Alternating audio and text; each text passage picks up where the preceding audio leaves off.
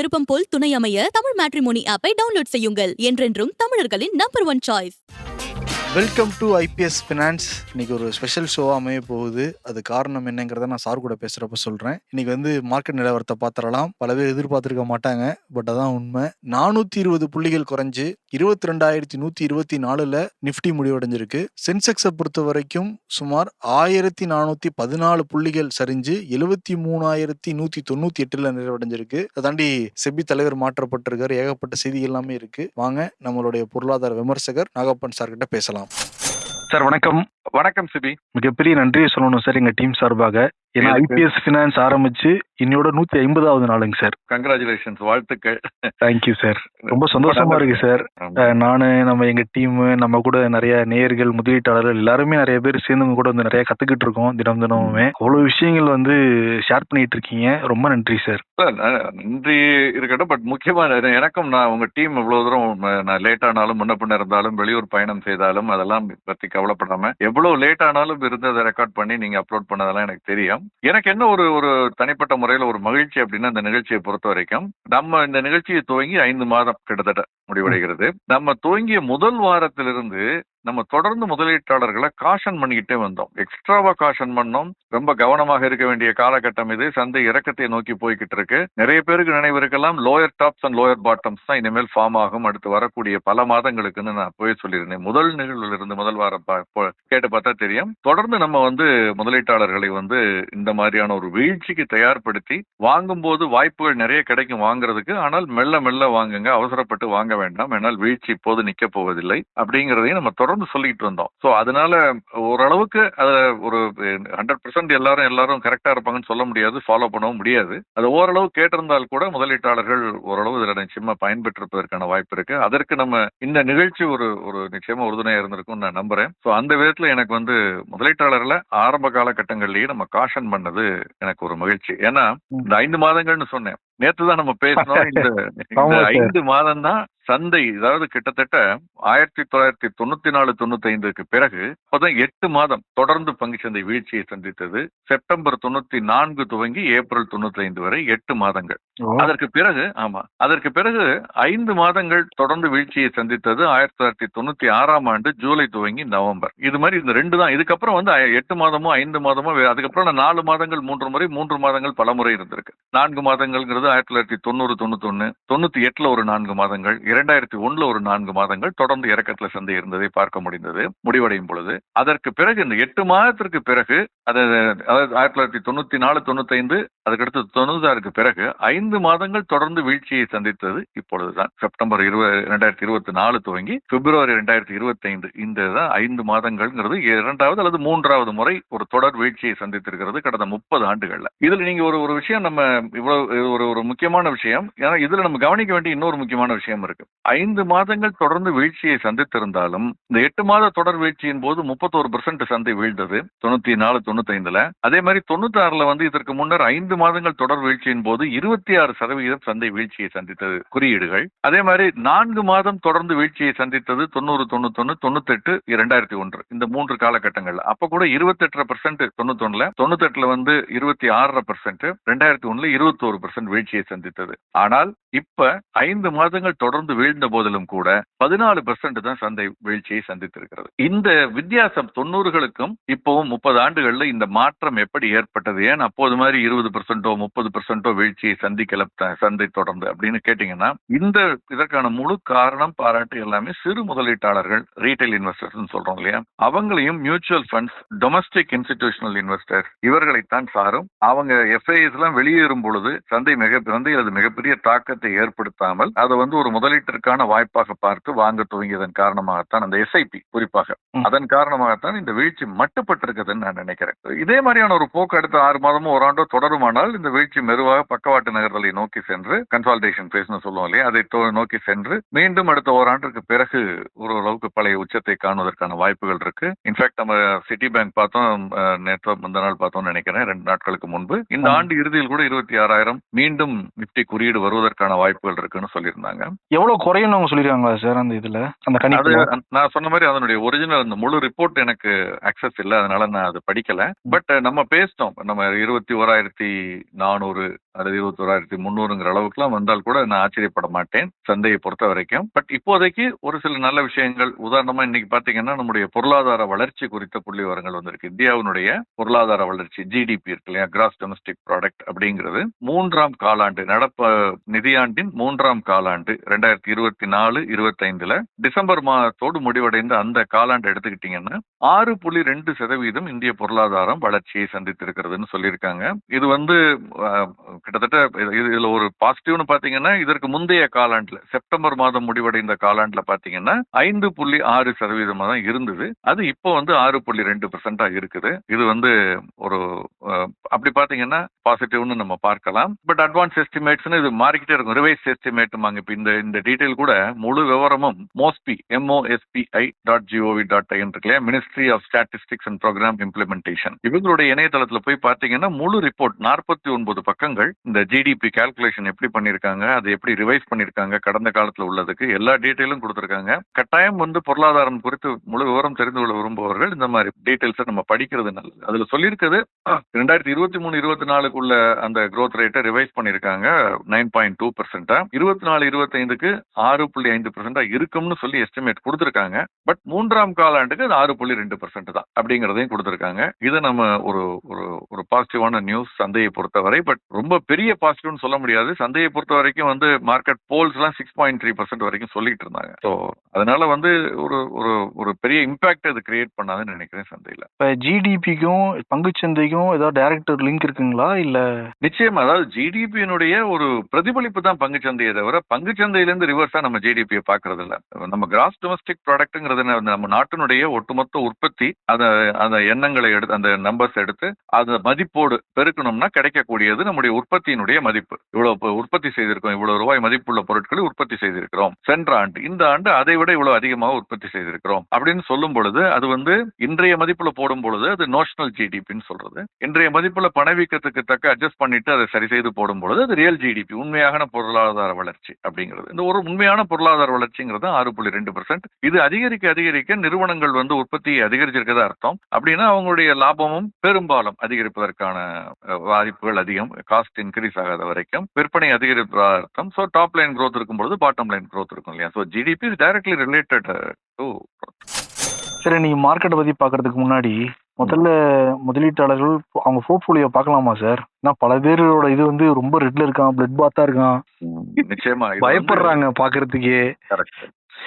ஒரு 4 நாட்கள் முன்பு வித்திருந்தா கூட இன்னைக்கு வந்து நல்லதா இருக்குமோ அப்படிங்கிற ஒரு எண்ணம் எல்லாம் ஏற்படும். நீங்க இது நான் முன்னாலே சொல்லியிருக்கேன், எதிர்நீச்சல் படத்துல வந்து நாகேஷ் வந்து சொல்லுவார், ஒரு கடுகு கண்ணுக்கு பக்கத்துல வச்சுக்கிட்டு பார்த்தோம்னா உலகத்தையே மறைக்கும், அதை தள்ளி வச்சு பார்த்தோம்னா அதனுடைய உண்மையான அளவு நமக்கு தெரியுங்கிற மாதிரி. எனக்கு எக்ஸாக்டா அந்த டயலாக் ஞாபகம் இல்லை, பட் அது சொல்லுவார். அது மறக்க முடியாத ஒரு டயலாக். அது என்னன்னா, ஒரு பிரச்சனையை அடுத்த 1 மாசம், 1 வாரம், 1 மாசம், 2 மாசம், 6 மாசம்னு பார்க்கும்பொழுது பெருசா தெரியும். 5 ஆண்டுகள் கழித்து பார்க்கும் பொழுது நம்ம இது பழைய கதையா பேசுவோம். இப்படித்தான் 2020 மார்ச் நினைச்சு பாருங்க. அன்னைக்கு என்ன பயம் இருந்தது. ஏப்ரல்ல வாங்குறதுக்கெல்லாம் யாருக்குமே மனசு உயிர் பயத்தோடு இருந்தோம். பங்குச்சந்தையோ எதை பத்தியும் யோசிக்காத ஒரு காலகட்டத்தில் அது மிகப்பெரிய முதலீட்டிற்கான வாய்ப்பை கொடுத்தது. இன்னைக்கு நினைச்சு பார்க்கும்போது அன்னைக்கு விட்டுட்டோமே, பஸ்ஸை தவற விட்டுட்டோம்னு சொல்றோம்.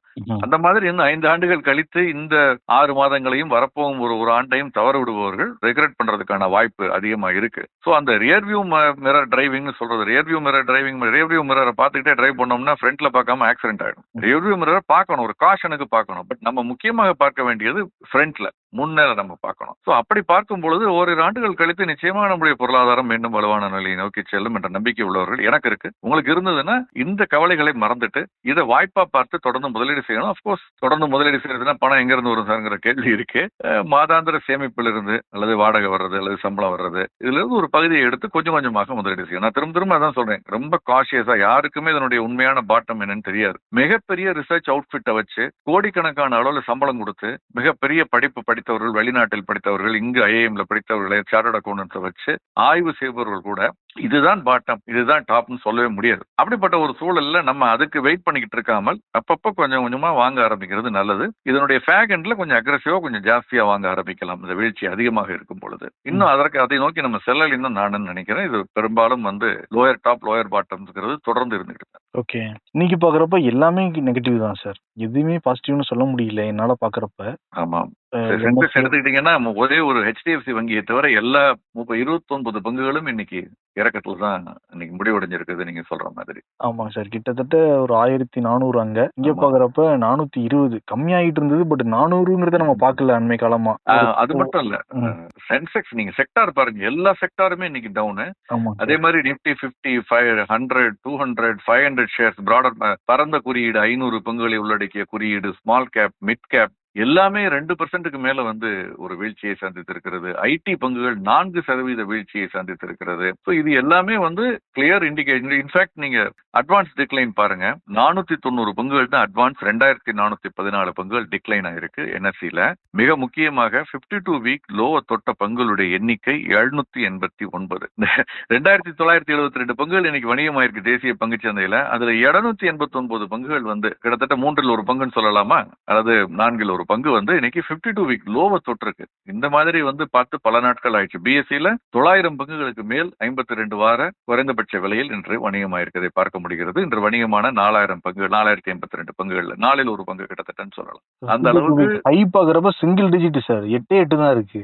ஆமா. சோ சென்செக்ஸ் நிச்சயமா சென்செக்ஸ் நிப்டி பங்குச்சந்தை ஒட்டுமொத்தமாகவே ஒரு ஸ்ட்ராங்கான கரெக்ஷனை நோக்கி போய்கிட்டு இருக்கு. நான் முன்பு பேசிய அந்த 22,350, 22,400ங்கிற சப்போர்ட்டை டெசைசிவா இன்னைக்கு பிரேக் ஆகி தொடர் இறக்கத்துல இருந்திருக்கு. காலை துவங்கி சந்தை பாத்தீங்கன்னா இறக்கத்துல. சோ ஸ்ட்ராங் செல் ஆஃப் இருக்கு. இன்னைக்கு வால்யூம்ஸ் ஆன டீடைல்ஸ் வந்ததுன்னா தெரியும் இந்த வால்யூம்ஸோட இறங்கி இருக்கா, வால்யூம்ஸ் இல்லாம இறங்கி இருக்கான்னு. பட் எனக்கு தெரிஞ்சது ஒரு ஹை வால்யூம்ல தான் இந்த இறக்கம்ங்கிறது நடந்திருக்கும். ஏன்னா 400 புள்ளிகள் நிப்டிலேங்கிறது நம்ம ஒரு இக்னோர் பண்ண முடியாத ஒரு இறக்கம். என்ன ரீசன் சார் 400 புள்ளிகள் சரிஞ்சதுக்கான ஏதாவது ரீசன் இருக்கா? இல்ல, இது ரெண்டு முதல் இறக்கம்ங்கிறது கரெக்ஷன். 26,000 இருந்து 23,500 வரைக்கும் பார்த்ததுங்கிறது ஒரு மார்க்கெட்ல ப்ளோட்டடா இருந்தது. அந்த ஃப்ராட் அப்படிங்கிறது போகும், அதனுடைய கரெக்ஷன் தான் நான் பாக்குறேன். அதற்கு கீழ் இறங்க துவங்கி இருக்கிறதுங்கிறது பெண்டுலத்தினுடைய இன்னொரு சைடு. முன்பு சொல்லியிருக்கேன், பெண்டுலம் ரைட் சைடு மூவ் ஆனா திரும்ப இறங்கி வரும்பொழுது சென்டர்ல நிக்காது, இன்னொரு எக்ஸ்ட்ரீம் லெவலுக்கு போகும் லெப்டுக்கு. அந்த மாதிரி எப்ப அந்த 23,000 அல்லது 3,500ங்கிறதுல இருந்து ஒரு புல்லிஷ் ட்ரெண்ட் ஒரு 2,500 புள்ளிகள் அதிகமா போனுச்சோ, ஒரு 10% அதிகரிச்சோ, இறங்கும் பொழுதும் அதே அளவு அதிலிருந்து இன்னொரு 10% இறங்குவதற்கான வாய்ப்புகள் இல்லாமல் இல்லை. சோ அந்த அடிப்படையில் 21,000 அருகாமையில் வந்தாலும் நான் ஆச்சரியப்பட மாட்டேன். பட் அது சரியா இல்லையாங்கிறது இதெல்லாம் ஜட்ஜ்மெண்டல் கால் தான். பட் இது நடக்கும்ங்கிறது நான் சொல்றேன். பொதுவாக இந்த மாதிரி ஒரு எக்ஸ்ட்ரீம் புல்லிஷ்னஸ் போகும்பொழுது எக்ஸ்ட்ரீம் பேரிஷ்னஸ் செட் ஆகும். ஏன் செட் ஆகும்னு சொல்றேன். இப்போ பங்குச்சந்தை இறங்காதுன்னு நினைச்சு பங்குச்சந்தைக்குள் நுழைந்த 4 ஆண்டுகள் தொடர் ஏற்றத்தை பார்த்தவர்கள் முதல் 3-4 மாதங்கள் ஒரு நம்பிக்கையோடு காத்திருப்பாங்க. இது நம்ம இந்த மாதிரி பார்த்துட்டோம், இறங்கி இருக்கு, திரும்ப ஏறிடும். மெல்ல மெல்ல அவர்களுடைய மனது மாறும், நம்பிக்கை இழக்க துவங்குவார்கள். அந்த நம்பிக்கை இழக்க துவங்கும் பொழுது இது வரைக்கும் வந்த வரைக்கும் லாபம் போறோம்னு விற்கிறதும், அல்லது கொஞ்சம் நஷ்டமா தான் இருக்கு, இந்த நஷ்டத்தோட வித்துட்டு முந்தா நாள் வித்திருந்தா கூட ஒரு கொஞ்சம் நஷ்டத்துல தப்பிச்சிட்டுலாம் இன்னைக்கு வச்சிருந்திருக்கோம், இறங்கிருச்சு, நாளைக்கு இன்னும் இறங்கிடுச்சுன்னா அப்படின்னு விற்க துவங்குவார்கள். இது எல்லாம் ஒரு சேர்த்துக்குள்ள மார்ஜின் கால்னு சந்தையில வரும். சோ இன்று நம்ம பார்க்கணும் மார்ஜின் கால்ஸ் எதுவும் இருந்ததாங்கிறது நாளைக்கு தெரிய வரும். மார்ஜின் கால்னா என்னன்னா நீங்க உங்கள்ட்ட கை காசு 25 ரூபாயை போட்டு 75 ரூபாய் உங்கள் தரகரிடமோ அல்லது இந்த நிதி நிறுவனத்திடமோ கடன் வாங்கி அதை வச்சு முதலீடு செய்திருப்பீர்கள். இப்ப ஆமா, இந்த பங்குகள் ஒரு 10% இறங்கும் பொழுது அப்ப அந்த 75% கடன் வாங்கி இருந்திருக்கீங்க, அதனுடைய மதிப்பும் குறையும் இல்லையா? 10% நீங்க 100 ரூபாய்க்கு வாங்கினது 90 ரூபாய் ஆயிடும். இந்த 10 ரூபாய் உங்களை கட்ட சொல்லுவாங்க. நீங்க ஏற்கனவே பங்கு விலை இறங்கி இருக்குது, இப்ப நீங்க எப்படி கட்ட முடியும்? அப்ப கையில இருக்க வேற ஏதாவது ஒரு பங்கு விற்பீங்க, வித்து அதை கட்ட போவீங்க. அப்ப அந்த விற்கும் பொழுது இந்த மாதிரியான செல்லிங் வரும் பொழுது அப்ப நீங்க கையில வச்சிருக்க பங்கு நார்மலா விற்க மாட்டீங்க. பட் இந்த பங்குச்சந்தை வீழ்ச்சியின் காரணமாக அந்த மார்ஜின் மணியை கட்டணுமேங்கிறதுக்காக வங்கி கேட்குதேன்னு நீங்க விற்பீங்க. அப்ப விற்கும் பொழுது அது விளத்தோங்கும். அப்படி நீங்க ஒருவேளை கட்டவில்லை என்றால் அந்த 10% வங்கியே அதை வித்துரும். அப்ப வங்கி விற்கும் பொழுது அந்த நீங்க மார்க்கெட் நியாயமா இறங்குறது ஒரு பக்கம், இந்த மாதிரி மார்ஜின் மணியை கட்ட முடியாமல் கடன் வாங்கி அதில் முதலீடு செய்து அதுக்கான விலை இறங்கும் பொழுது அந்த 10%, 15% கட்ட முடியாமல் அப்ப அவங்க விற்கும் பொழுது அதன் காரணமாக ஒரு வீழ்ச்சியை சந்திக்கும். அந்த மாதிரியான மார்ஜின் கால் வரும் பொழுது ஒரு அடுத்ததாக ஒரு பேனிக் செட் ஆகும். இது 2008 நடந்திருக்கு, 2001 நடந்திருக்கு, 1992 நடந்திருக்கு, 94 நடந்திருக்கிறது, ஏன் 2020 நடந்திருக்கு. சோ அது மாதிரியான ஒரு இதை நோக்கி நம்ம செல்ல மாட்டோம் நான் நினைச்சேன் சென்ற 2 மாதங்கள் முன்பு வரை. ஆனால் இப்ப இன்றைய நிகழ்வு பார்த்தா ஓரளவு மார்ஜின் கால் அது தொடர்பான ஒரு பேனிக் செல்லிங்கிறது நடந்திருக்குன்னு நான் நினைக்கிறேன். திங்கள் என்று பார்க்கணும். ஏன்னா சர்வதேச சந்தைகள் ஆஸ்திரேலியன் மார்க்கெட் பாத்தீங்கன்னா டவுன், இன்னைக்கு கணிசமான இறக்கத்துல தான் இன்னைக்கு முடிவடைந்தது. ASX சொல்லுவோம், அந்த குறியீடு இன்னைக்கு இறக்கத்துல தான் முடிவடைந்தது. 2% கிட்ட. ஷாங்காய் குறியீடு 2% இறக்கத்துல முடிவடைந்திருக்கிறது. சென்செக்ஸுமே இன்னைக்கு பாத்தீங்கன்னா கணிசமான இறக்கத்துல முடிவடைந்திருக்கிறது. ஜப்பானீஸ் இண்டெக்ஸ் JP 225 சொல்லுவோம், அதுவுமே ஃபியூச்சர்ஸ்லயும் பார்த்தா இறக்கத்துல தான் இருக்கு, 2% இறக்கத்துல இருக்கு. ஸோ உலக சர்வதேச சந்தைகளுமே இந்த டாரிஃப் வார் ஆரம்பித்ததன் காரணமாக அதனுடைய ஒரு பலனை நம்ம அனுபவிச்சுக்கிட்டு இருக்கோம். அதை காரணமாக சொல்லி இறக்குறாங்க. என்னை பொறுத்த வரைக்கும் நான் முன்பே சொல்லிட்டேன், valuations are high, it has to correct. அதுதான் இப்ப நடக்குது. அதுக்கு காரணங்கள் வரும். நீங்க இந்த காரணத்தை சொல்லி இறக்கும், அந்த காரணத்தை சொல்லி இறங்குங்கிறதெல்லாம் இது நியாயமான காரணம் இல்லைன்னு சொல்ல வரல. பட் இந்த வேகம்ங்கிறது, இந்த வேகத்தை தூண்டுவது இந்த காரணம். ஓகே சார், உங்களோட கணிப்புங்கிறது 21,000 வரைக்கும் வரலாம் அப்படிங்கிறது. அதற்கான வாய்ப்புகள் ரொம்ப அதிகமா இருக்கிறதான் நான் பாக்கிறேன். நம்ம பேசுறது எல்லாமே வாய்ப்புகள் தான். இது நடப்பதற்கான சாத்தியக்கூறுகள் 21,200 300 வருவதற்கான சாத்தியக்கூறுகள் அதிகமா இருக்குன்னு தான் நான் நினைக்கிறேன். சரி, இப்ப முதலீடு பண்றதுக்கான காலம் தான் நீங்க தொடர்ந்து சொல்லிக்கிட்டு இருக்கீங்க. இந்த மாதிரி இதை மிஸ் பண்ணிடாதீங்கன்னு தான் நீங்க முதலீட்டாளர்களுக்கு சொல்றீங்க. பயப்படாதீங்க, இது முதலீடு பண்றதுக்கான ஏற்ற காலம். என்னென்ன மாதிரி சார் நம்ம கவனிக்கணும்? இப்ப என்னென்ன மாதிரி செக்டார் கவனிக்கணும், என்ன மாதிரி ஸ்டாக்கை வந்து கவனிக்கணும்? நம்ம வந்து முதலீடு செய்யறதுன்னா 4,000 பங்கு இப்போ இன்னைக்கு BSEல ட்ரேட் ஆயிருக்கு. 2,700 பங்குகள் கிட்ட NSEல இருக்குன்னு வச்சுக்கோங்க. எல்லா பங்குகளையும் ஒரே நேரத்துல வாங்குறதுக்கான ஒரு காலகட்டம் அல்ல அது. ஒரு கட்டத்துல ஒரு சில பங்குகள் இறங்கும், அதற்கப்புறம் அது அப்படியே நின்றும். அடுத்த கட்டத்துல இன்னொரு வேறு சில பங்குகள் இறங்கும். ஏன்னா அந்தந்த பங்குகளை வைத்திருப்பவர்களுடைய வித்ஸ்டாண்டிங் கெப்பாசிட்டியை பொறுத்து, மார்ஜின் கால்ஸை பொறுத்து அவங்க விற்கிறதோ வாங்குறதோ நடக்கும். அல்லது வேறு எங்காவது ஒரு நல்ல வாய்ப்பு இருக்குன்னா இது 10% ஏறும், ஆனா இதை வித்துட்டு இன்னும் 20% ஏற போறதை வாங்குவோம்னு போகலாம். அல்லது இது அடி ஜாஸ்தியா இருக்கும், இப்பவே வித்துட்டு வேற ஒரு பாதுகாப்பான பங்கு. ஸோ இந்த மாதிரியான ஒரு சூழல்ல நம்ம என்ன பண்ணணும்னா, இந்த small cap, micro gap, mid cap, இதுல எல்லாம் நமக்கு ரொம்ப நல்லா தெரிஞ்சு அந்த துறையிலே நாம இருக்கோம், அந்த முதலீட்டு அந்த ப்ரொமோட்டர் நல்லா தெரியும், ரொம்ப நேர்மையானவர், நாணயமானவர், பல ஆண்டுகள் இருக்காருன்னா மட்டும்தான் அதை பார்க்கணும். இல்லைனால் ஃப்ரண்ட்லைன் ஸ்டாக்ஸ் நிப்டி 50ல இருக்கக்கூடிய பல பங்குகள் இன்னைக்கு பாத்தீங்கன்னா கணிசமான இறக்கத்தை சந்தித்து 25% 30% அப்படி எல்லாம் சந்தித்து இருக்கிறது.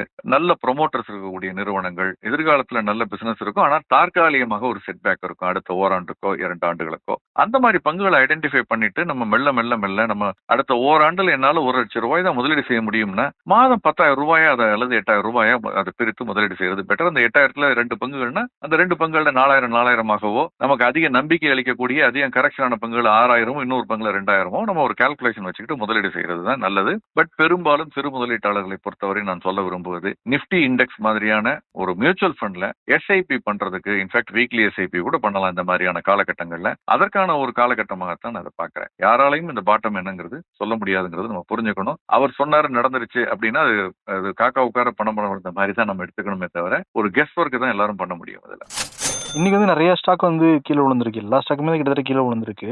முக்கியமா வந்து கிரானுல்ஸ் இந்தியா, IREDA, இன்லெஸ் பேங்க், ஹூண்டாய் இந்தியா, ஜொமேட்டோ. என்ன சார் காரணம் இந்த மாதிரி? இப்ப இண்டஸ்இண்ட் பேங்க் விழுந்திருப்பதற்கு காரணம் என்ன? 7% கிட்ட விழுந்திருக்குன்னு நினைக்கிறேன். நிப்டி குறியீட்லயும் இருக்குது, அது விழுந்திருக்குது. ஜொமேட்டோ, ஹுண்டாய் மோட்டார் நல்ல ஒரு இன்னைக்கு வருஷத்துக்கிட்டே 1,655 கிட்ட வந்துச்சுன்னு நினைக்கிறேன். அந்த மாதிரியான முடிவடையும் பொழுது 17,725 அந்த மாதிரி முடிவடைஞ்சிருக்கு. பட் இது வந்து என்ன காரணம்னு பாத்தீங்கன்னா, MSCIன்னு சொல்றோம் இல்லையா, நம்ம ஏற்கனவே பேசியிருக்கோம், மார்கன் ஸ்டான்லியினுடைய ஒரு குறியீடு. அது அதனுடைய ரீபேலன்சிங், குளோபல் இண்டெக்ஸ்ல ரீபேலன்சிங் நடக்கும். இது முன்பே பேசணும், அது இன்னையில இருந்து அதனுடைய எஃபெக்ட்னு பாத்தீங்கன்னா இன்னைக்கு ட்ரேட் முடிஞ்ச உடனே அதுல இருந்து வருது. சோ அந்த ரீபேலன்சிங் நடக்கும் பொழுது அந்த குறியீட்டுகள் நுழையும் பங்குகள், அதை விட்டு வெளியேறக்கூடிய பங்குகள் அப்படின்னு சொல்லி அதற்கு தக்க அதனுடைய விலையில மாற்றம் இருக்கும். சோ அது ஒரு காரணம். நார்மலா இது வந்து பாசிட்டிவா இருக்கும் அந்த குறியீட்டில் நுழையுதுன்னா. சம்டைம்ஸ் அது நெகட்டிவாவும் இருக்கலாம். ஏன்னா அந்த குறியீட்டின் அடிப்படையில நீங்க வந்து F&Oல வந்து ஃபியூச்சர்ஸ் அண்ட் ஆப்ஷன்ஸ்ல ஷார்ட் போலாம். உதாரணமாக இந்தியாவில் எடுத்துக்கங்க, சில பங்குகள், உதாரணமாக கிரானியூல்ஸ் இல்ல, IREDA ஷேர். இந்த IREDA ஷேர் வந்து ஃபியூச்சர்ஸ் அண்ட் ஆப்ஷன் செக்மெண்ட்ல என்டர் ஆகுது. இப்ப அது என்டர் ஆகுதுன்னா பொதுவாக முன்னால எல்லாம் வந்து அது வந்து அந்த பங்கினுடைய விலை அதிகரிக்கும். F&Oல சேர்க்கறாங்கப்பா அல்லது இண்டெக்ஸ்ல சேர்க்கறாங்கப்பான்னு அதிகரிக்கும். அது ஒரு புல்லிஷ் மார்க்கெட்ல நடக்கக்கூடியது. இப்ப இருக்கக்கூடியது ஒரு பேரிஷ் சென்டிமெண்ட் உள்ள மார்க்கெட். இந்த மார்க்கெட்ல பாருங்க, இது F&Oல சேருதுன்னு உடனே இன்னும் ஒரு மாசம் கழிச்சு இந்த பங்கினுடைய விலை கணிசமாக குறைஞ்சிரும். அதனால இப்பவே வித்துருவோம். ஏன்னா ஸ்பாட்ல வித்தீங்கன்னா இன்னைக்கு வித்தா இன்னைக்கே கவர் பண்ணி ஆகணும், மத்தியானத்துக்குள்ள சாயங்காலத்துக்குள்ள வாங்கி ஆகணும். F&Oல வித்தா ஒரு மாசம் டைம் இருக்கு. சோ இப்ப விற்க ஆரம்பிப்பாங்க. சோ அதன் காரணமாக IREDA பங்கு வந்து இன்னைக்கு வணிகத்துக்கிடையே 7% கிட்ட வீழ்ச்சியை சந்தித்திருக்கிறது. கிட்டத்தட்ட 50% சமீப காலமாக வீழ்ந்திருக்கிறத பார்க்க முடிகிறது. சோ இது ஃபியூச்சர்ஸ் அண்ட் ஆப்ஷன்ஸ்ல சேர்க்கும் பொழுது எல்லா பங்கும் ஏறும் அப்படின்னு ஒரு பிளைண்டா நம்ப கூடாது. இது வந்து இறங்குறதுக்கும் வாய்ப்பு இருக்கு. ஏன்னா ஃபியூச்சர்ஸ் அண்ட் ஆப்ஷன்ஸ் இல்லாம ஸ்பாட்ல இருந்தா கையில இருக்கவங்க மட்டும் தான் விற்க முடியும். இப்ப F&Oல சேர்த்திருக்கிறதுனால கையில் இல்லாதவர்களோட வித்துட்டு பின்னால இறங்குங்கிற நம்பிக்கையில இறங்குனா வாங்கலாம். ஒருவேளை ஏறிச்சுன்னா அவங்க அதை நஷ்டத்தை ஃபேஸ் பண்ணி தான் ஆகணும். சோ இதே தான் நம்ம அந்த மற்ற இதுலயும் நடந்திருக்கதான் நான் பாக்குறேன். அது மட்டுமல்ல வேறு சில பங்குகளும் கிரானியூல்ஸ் இந்தியா, கிரானியூல்ஸ் சொல்லி அந்த பங்கு பாத்தீங்கன்னா அவங்க USFDA சொல்லுவோம், ஃபுட் அண்ட் ட்ரக் அட்மினிஸ்ட்ரேஷன். அவங்க அவங்களுடைய ஒரு ககிலா போருங்கிற ஒரு இடத்துல அவங்களுக்கு ஒரு ஃபெசிலிட்டி இருக்கு, மேனுஃபேக்சரிங் ஃபெசிலிட்டி.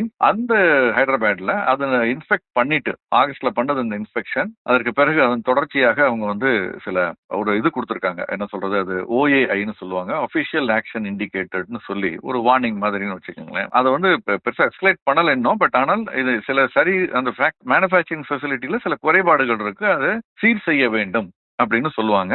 அதை ப்ரூவ் பண்ணணும், அதெல்லாம் பண்ணிட்டேன்னு சொல்லி அவங்களுக்கு காமிக்கணும், கம்ப்ளை பண்ணிட்டேன்னு சொல்லணும். அது பண்ணிட்டாங்கன்னா அவங்களுடைய திருப்திகரமா இருந்தால் அதை எடுத்துருவாங்க. ஸோ இந்த தகவல் வந்ததன் அடிப்படையில் இந்த பங்கினுடைய விலை இன்னைக்கு 45 ரூபாய் இறங்குச்சு, கிட்டத்தட்ட 9% இறங்குச்சு. இதே மாதிரி ஒர்க்ஹார்ட் மேல பல பார்மா நிறுவனங்கள் மேல கடந்த காலங்களில் நடந்து அதற்கு பிறகு அது சரி செய்யப்பட்டிருக்கு. பொதுவாக இந்த மாதிரி வரும் பொழுது ஒரு 2-3 நாட்கள் தொடர்ந்து பங்குகள் இறங்கும் பொழுது முதலீட்டாளர்கள் அதை முதலீடு செய்வதற்கான வாய்ப்பா பார்ப்பாங்க. பட் இப்ப இருக்கிறது கொஞ்சம் பேரிஷ் சென்டிமெண்ட் உள்ள மார்க்கெட்டுங்கிறதுனால கொஞ்சம் காஷியஸா இருக்கணும். நேற்று ஒரு பேசணும், சிபி அல்ட்ராடெக் சிமெண்ட் பத்தி பேசணும், ஞாபகம் இருக்கா? வேலை ஞாபகம் இருக்கு சார். வேற ஒரு இதுல முதலீடு பண்றதுனால முதலீட்டாளர்கள் அதை விரும்பாம ஆமா வாங்கிருக்கலாமா அப்படின்ட்டு. இன்ஃபேக்ட் இன்னைக்கு இவ்வளவு மார்க்கெட் இறங்கி இருக்கையில நடுவில் அது சந்தையில ஒரு 30 ரூபாய் கிட்ட ஏறினதையும் பார்த்தோம். பட் அதனுடைய தாக்கம் பாத்தீங்கன்னா மற்ற பங்குகள்ல இருந்தது. இவங்க அந்த வயர் அண்ட் கேபிள் செக்மெண்ட்ல என்டர் பண்றாங்கன்னு உடனே அந்த துறை சார்ந்த பங்குகள் கணிசமான வீழ்ச்சியை நேற்று சந்தித்தது. 17% விழுந்தது.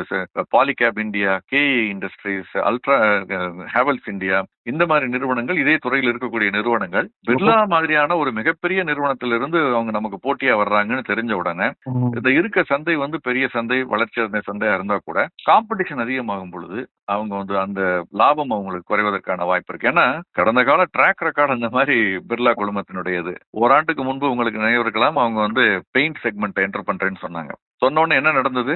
ஏசியன் பெயிண்ட்ஸ் அந்த பங்கினுடைய விலை கிட்டத்தட்ட 3000 ரூபாய்க்கு மேல இருந்தது. 2000 ரூபாய் ஒட்டி இன்னைக்கு ஒரு 1000 ரூபாய் அதுல காணாம போனதை நம்ம பார்த்தோம். ஏன்னா அது கமாடிட்டிஸ் ஆயிடுச்சு அப்படின்னு சொல்லி. ஏன்னா பிர்லா என்டர் பண்றாங்கிறப்போ மாசிவா அவங்க பெரிய கெப்பாசிட்டி ஹை லெவல் என்டர் பண்றாங்க, போட்டி அதிகமாயிடுச்சுன்னு கிட்டத்தட்ட மொனோபொலி மாதிரி இருந்த ஏசியன், மொனோபொலி கிடையாது பட் அந்த அளவுக்கு டாமினன்ட் இதா இருந்தது. ஏசியன் பெயிண்ட்ஸ்னுடைய விலை பெரிய வீழ்ச்சி நம்ம சந்தித்ததை பார்த்தோம். அதே ஒரு காஷன் தான். 3367 ரூபாய் இருந்த ஏசியன் பெயிண்ட்ஸ் இன்னைக்கு 2181 இருக்கு. போன 2024 செப்டம்பர்ல, ஒரு 6 மாதங்களுக்கு முன்புதான் 3383 இருந்தது. இப்ப 2181. இது இந்த ஒரு போட்டி வரும் பொழுது வாடிக்கையாளர்களுக்கு நல்லது, பட் அந்த நிறுவனங்களுக்கு லாபம் ஈட்டுவது குறையுங்கிறத நம்ம கவனத்துல வச்சுக்கோம். சார், மார்க்கெட் இப்ப இறங்கிட்டு இருக்கப்ப பொதுவாவே நம்ம பார்த்துருவோம் கோல்டு சில்வர்லாம் ஏறும் அப்படின்னு. இப்ப இறங்கிட்டு இருக்கே சார், அதுவும் இறங்குது இதுவும் இறங்குது. இன்னைக்கு எப்படி சார் இருக்கு மார்க்கெட்? இதே மாதிரி சில காலங்கள் நடந்திருக்கு. கோல்டு டாலர் ஏறுறப்ப ஒரு கோல்டு ஏறினதையும் பார்த்திருக்கோம். பொதுவா டாலர் ஏறினா கோல்டு இறங்கணும், டாலர் இறங்குனா கோல்டு ஏறணும். இன்னைக்கு ஒரு காரணம் என்னன்னா, தொடர்ந்து நான் நேற்று பேசணும், நம்ம தங்கத்தினுடைய விலை இறங்குவதற்கான ஒரு அறிகுறிகள் கணிசமாக தெரிகிறது. $2950 தாண்ட முடியல, வெள்ளியுமே $33 தாண்ட முடியலன்னு பார்த்தோம். அது மாதிரி இங்க பாத்தீங்கன்னா இன்னைக்கு வெள்ளியினுடைய விலை MCX சந்தையில மே மாத ஒப்பந்தம் 1% மேல இறங்கி 94,500. வெள்ளி பாத்தீங்கன்னா 0.5% மேல இறங்கி 85,000 கீழே வந்துருச்சு, 84,700 வந்திருக்கு. கச்சா எண்ணெயும் கூட கிட்டத்தட்ட 1% இறங்கி 6,075 ரூபாய் கிட்ட இருக்கிறதே நம்ம பார்க்க முடிகிறது. ஏன்னா இன்டர்நேஷனல் மார்க்கெட்ல எடுத்துக்கிட்டீங்கன்னா அங்கேயுமே இந்த வீழ்ச்சி, தங்கத்தினுடைய விலையா இருக்கட்டும், வெள்ளியினுடைய விலையா இருக்கட்டும், எல்லாமே ஒரு தொடர் இறக்கத்துல இருக்கிறத பார்க்க முடிகிறது. On the contrary, in fact gold பாத்தீங்கன்னா 2861 ஆயிடுச்சு, 950 வரைக்கும் போனது. வெள்ளி $33 தொட்டது, இப்ப $31 கிட்ட வந்துருச்சு. போற போக்க பார்த்தா $30 கிட்ட வந்துரும் நான் நினைக்கிறேன். வெள்ளி தங்கம் கூட $2800 கீழே வருவதற்கான வாய்ப்புகள் அதிகம். கச்சா எண்ணெய் $69 கிட்ட இருக்கிறத பார்க்கிறோம். But on the contrary, dollar index பாத்தீங்கன்னா 107க்கு கீழே இருந்தது, இப்பொழுது இப்ப 107 தாண்டிடுச்சு. 107.50 அப்படிங்கிற அளவுல டாலர் ஸ்ட்ரெங்தன் ஆயிருக்கிறத பாக்குறோம். அதற்கு இணையாக இந்தியாவில் பாத்தீங்கன்னா ரூபாயினுடைய மதிப்பு குறைஞ்சிருக்கு, 87 ரூபாயை மீண்டும் தாண்டி இருக்கிறத பாக்குறோம். ரூபாயினுடைய மதிப்பு ஸ்பாட் மார்க்கெட்லயும் சரி, டெரிவேட்டிவ்ஸ்னு சொல்லக்கூடிய ஃபியூச்சர்ஸ் மார்க்கெட்லயும் சரி 30 பைசா கிட்ட அதிகரிச்சிருக்கிறத பாக்குறோம். அதாவது ரூபாயினுடைய மதிப்பு குறைஞ்சிருக்கு ஒரு பக்கம், டாலருடைய மதிப்பு உயர்ந்திருக்கிறது காரணமாக அப்படிங்கிறதையும் பார்க்கிறோம். கிரிப்டோவை பொறுத்த வரைக்கும் நம்ம தொடர்ந்து வார்னிங் கொடுத்துக்கிட்டே இருந்தோம். அதையும் மீறி அது 1,10,000 எல்லாம் போய் முதலீட்டாளர்கள் அதை செஞ்சவங்களுக்கு ஒரு நல்ல லாபம் இருந்ததெல்லாம் நினைச்சிருக்கலாம். பட் இப்ப கிட்டத்தட்ட 25-30% கிட்ட இறங்கிடுச்சு. இன்னைக்கு பாத்தீங்கன்னா இன்னைக்கு கூட $4,000 மேல் 5% மேல இறங்கி $80,000 கிட்ட வந்துருச்சு. $1,10,000 கிட்ட இருந்தது எங்க, $80,000 எங்க, கிட்டத்தட்ட $30,000 காணாம போயிடுச்சு. அதுல எத்தீரியம் ஈத்தர்னு சொல்லுவோம் இல்லையா, அது 7.5% இறங்கி இருக்கு. பினான்ஸ் 4%, கார்டானோ, சொலானோ, நிறைய ஒரு சின்ன சின்ன விஷயங்கள்லாம் இருக்கு. அது எல்லாமே 5-8% வரைக்கும் இன்னைக்கு அந்த கிரிப்டோ கரன்சிஸ் இறங்கி இருக்கதை பாக்குறோம். செபியோட தலைவர் சார் ஆமா, மாறி இருக்காரு. ரொம்ப நாளா வந்து மாத்தணும்னு எதிர்கட்சிலாம் தொடர்ந்து சொல்லிட்டு இருந்தாங்க. இப்ப புதுசா ஒருத்தர் வந்திருக்காரு. அவருடைய பதவிக்காலம் 3 ஆண்டு. யார் இவர்? ஆக்சுவலா நான் நினைச்சேன் சார், மாதவி அவங்க மேல நிறைய குற்றச்சாட்டுலாம் இருக்கு, மாத்திட்டாங்க, ஓகே நாளைக்கு பங்குச்சந்தை ஏறும், முதலீட்டாளர்கள் பிஸி ஆயின்னு பார்த்தா அதுக்கும் இதுக்கும் பெரிய அளவுல சம்பந்தம் இல்ல. மாதவி போரிப்பு சில நல்ல விஷயங்களும் செய்திருக்கிறார். அதாவது சிறு முதலீட்டாளர்கள் வந்து டெரிவேட்டிவ்ஸ்ல மாட்டிக்க கூடாதுங்கிறதுக்காக இந்த டெரிவேட்டிவ்ஸ் இண்டெக்ஸ் பேஸ்ட் டெரிவேட்டிவ்ஸ் கான்ட்ராக்டோடைய சைஸை கணிசமாக அதிகரிச்சாங்க. 5 லட்சமா இருந்ததை 15 லட்சமாக அதிகரித்தது இவங்க பீரியட்ல நடந்தது. அதே மாதிரி வந்து ஒரே எக்ஸ்சேஞ்ச் வந்து 4-5 வீக்லி டெரிவேட்டிவ்ஸ் எல்லாம் வச்சுக்கிட்டு ரொம்ப அநியாயம் பண்ணிக்கிட்டு இருந்தாங்கன்னு சொல்லலாம். சட்டத்திட்டத்துக்கு உட்பட்டது என்றாலும் அதுல நிறைய விட்டில் பூச்சி மாதிரி சிறு முதலீட்டாளர்கள் போய் அந்த ஆப்ஷன்ஸ் வாங்கி விழுந்து அது ஜீரோ ஆகி பணத்தை தொடர்ந்து இழந்துகிட்டு இருந்ததெல்லாம் நம்ம பார்த்தோம். அதை கூட தடுத்து ஒரு எக்ஸ்சேஞ்ச் ஒரு ஆப்ஷன் தான் நீங்க வச்சுக்க முடியும், வீக்லி ஆப்ஷன் கொண்டு வந்ததெல்லாம் சில நல்ல விஷயங்களை தான் நான் பாக்குறேன். பட் அதையெல்லாம் தாண்டி அவர் மீது ஒரு மிகப்பெரிய குற்றச்சாட்டா இருக்கிறது கிரெடிபிலிட்டி இஷ்யூ, அல்லது என்ன சொல்லலாம் வந்து ஒரு நம்பகத்தன்மை, ஒரு இம்பார்ஷியலா இருந்திருப்பாரு சில குழுமங்கள் மீது, அதானி உள்ளிட்ட குழுமங்கள் மீது அவருடைய நடவடிக்கை எப்படி இருந்திருக்கும் என்பது சந்தேகத்துக்குரியதாகவும் கேள்வி எழுப்பப்பட்டு அதற்குள்ள விசாரணை எல்லாம் பண்ணாங்க. பட் அந்த விசாரணையுடைய முடிவு என்ன ஆச்சு, அது முன்னால் அப்பியர் பண்ண முடியாதுன்னு சொன்னாரு முதல் மீட்டிங் கூப்பிட்ட பொழுது. அதுக்கப்புறம் என்ன ஆச்சுன்னு தெரியாமலே ஒரு பதவி விட்டு போயிட்டாரு. அந்த விசாரணை தொடருமா இல்லையாங்கிறது தெரியல. அது ஒரு பக்கம் இருக்கட்டும். பட் இன்னொரு பக்கம் பாத்தீங்கன்னா இப்ப வந்திருக்கவர் வந்து நிதித்துறையில் நீண்ட அனுபவம் உள்ளவர்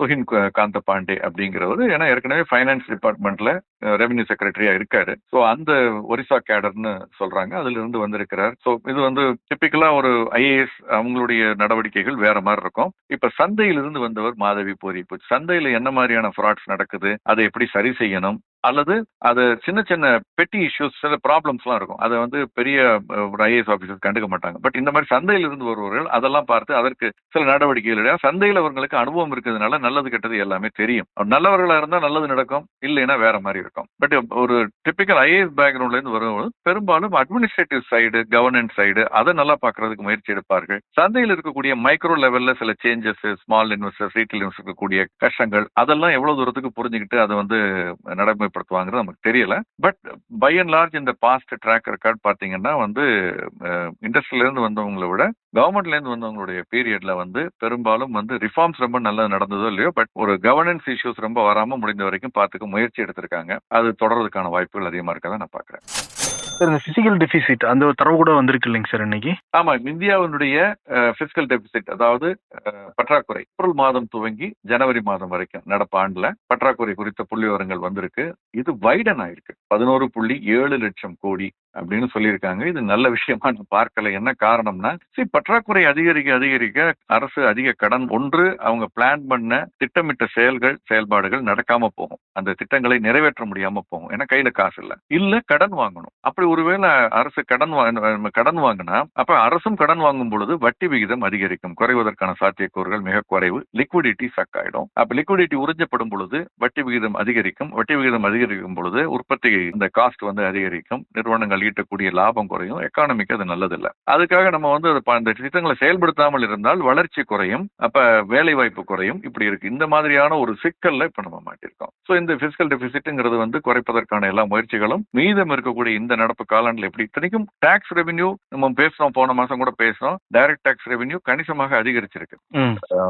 ரீஃபண்ட் போக நெட் லெவல்ல கூட வருமான வரி கணிசமாக உயர்ந்திருக்கிறது, ஜிஎஸ்டி கலெக்ஷன் தொடர்ந்து உயர்ந்து கொண்டிருக்கிறது, தனிநபர் கட்டக்கூடிய வருமான வரி, அட்வான்ஸ் டாக்ஸ் இதெல்லாம் உயர்ந்து கொண்டிருக்கிறது. இருந்தும் இந்த டெபிசிட் உயர்வது அப்படிங்கிறது ஆச்சரியமாக இருக்கிறது. எதனால எப்படிங்கிறது அரசு தான் அதுக்கு அந்த 49 பக்கம் டாக்குமெண்ட் சொன்னேன் இல்லையா ஜிடிபிக்கு, அந்த மாதிரி இதுக்கும் ஒரு இது அவங்க ரிலீஸ் பண்ணிருக்காங்கன்னு நினைக்கிறேன். நான் அந்த ஒரிஜினல் டாக்குமெண்ட் நான் வந்து இந்த பிரஸ் ரிலீஸ் தான் பார்த்தேன். ஸோ அதில் பார்த்தா ஒருவேளை எதன் காரணமாக இது இருக்குங்கிறது நமக்கு தெரிய வரும். பட் பொதுவாக பார்த்தீங்கன்னா இந்த டெபிசிட் இருக்குதுங்கிறது நல்லதில்லை. இது வந்து வட்டி விகிதத்தை உயர்த்தும் அல்லது குறைப்பதை தள்ளி போடும் அப்படிங்கறத நம்ம பார்க்கணும். ஏன்னா பணவீக்கத்திற்கு வழிவகுக்கும் அரசாங்கம் கடன் வாங்கும் பொழுது. சிறப்புங்க சார். இன்னைக்கு வந்து ஒரு ஸ்பெஷல் ஷோவாவே அமைஞ்சிருக்கு. 30 நிமிஷத்துக்கு மேல வந்து பேசியிருக்கோம். ஆமா. நிறைய விஷயங்கள் வந்து நீங்க டீட்டெயிலா வந்து சொல்லியிருக்கீங்க சார் எங்களுக்காக. முக்கியமா என்னென்ன மாதிரி கவனிக்கணுங்கிறதான் நிறைய பேருக்கு பயனுள்ளதா இருக்கும். நம்ம மார்க்கெட் இறங்கிட்டு இருக்க சூழல்ல. Thank you so much sir. நேயர்கள் சார்பாகவும் எங்க டீம் சார்பாகவும். நன்றி சபி, உங்க எல்லாருக்குமே வாழ்த்துக்கள் நம்ம டீமுக்கு. திருமணம் எனும் இணைய சங்கமம். உங்களுக்கு ஏற்ற ஒரு பார்ட்னரை தேர்வு செய்ய சரியான இடம் தமிழ் மேட்ரிமோனி ஆப். தமிழர்களின் நம்பர் 1 சாய்ஸ். இன்றே டவுன்லோட் செய்யுங்கள். விருப்பமான துணையை தேர்ந்தெடுங்கள்.